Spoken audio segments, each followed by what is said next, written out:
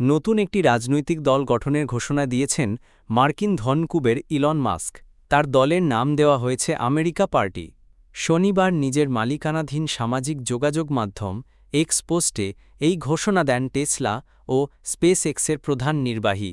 তবে মাস্কের এই ঘোষণার পর প্রেসিডেন্ট ডোনাল্ড ট্রাম্প বা হোয়াইট হাউসের পক্ষ থেকে কোনো প্রতিক্রিয়া আসেনি।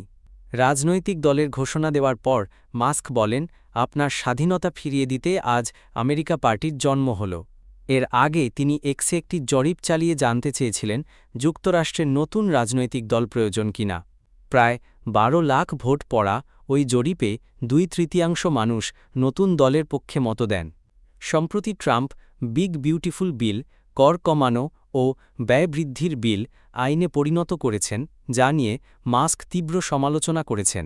তিনি বলেন, এই বিল যুক্তরাষ্ট্রকে দেউলিয়া করে দেবে। মাস্ক একসময় ট্রাম্পের নির্বাচনী প্রচারে বড় অঙ্কের অনুদান দিয়েছিলেন এবং তার প্রশাসনে কাজ করেছিলেন। কিন্তু নতুন ব্যয়নীতিকে কেন্দ্র করে দুজনের মধ্যে মতপার্থক্য তৈরি হয়। মাস্ক ইতোমধ্যে জানিয়েছিলেন তিনি একটি দল গঠন করে ট্রাম্পের বিল সমর্থনকারী আইন প্রণেতাদের বিরুদ্ধে নির্বাচনী প্রচারে অর্থ ব্যয় করবেন। এর জবাবে ট্রাম্প হুমকি দেন মাস্কের কোম্পানিগুলোর সরকারি ভর্তুকি বন্ধ করে দেওয়া হতে পারে।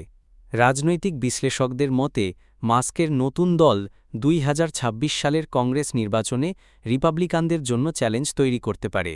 তবে যুক্তরাষ্ট্রের রাজনীতিতে রিপাবলিকান ও ডেমোক্র্যাটদের আধিপত্য ভাঙা সহজ হবে না। এদিকে মাস্ক ট্রাম্প দ্বন্দ্বের প্রভাবে টেসলারের শেয়ারের দামেও ধস নেমেছে। ট্রাম্পের দ্বিতীয় মেয়াদে শেয়ার প্রতি দাম $৪৮৮ উঠলেও গত এপ্রিলে তা অর্ধেকে নেমে আসে। সর্বশেষ সপ্তাহে এটি $৩১৫ লেনদেন হয়েছে।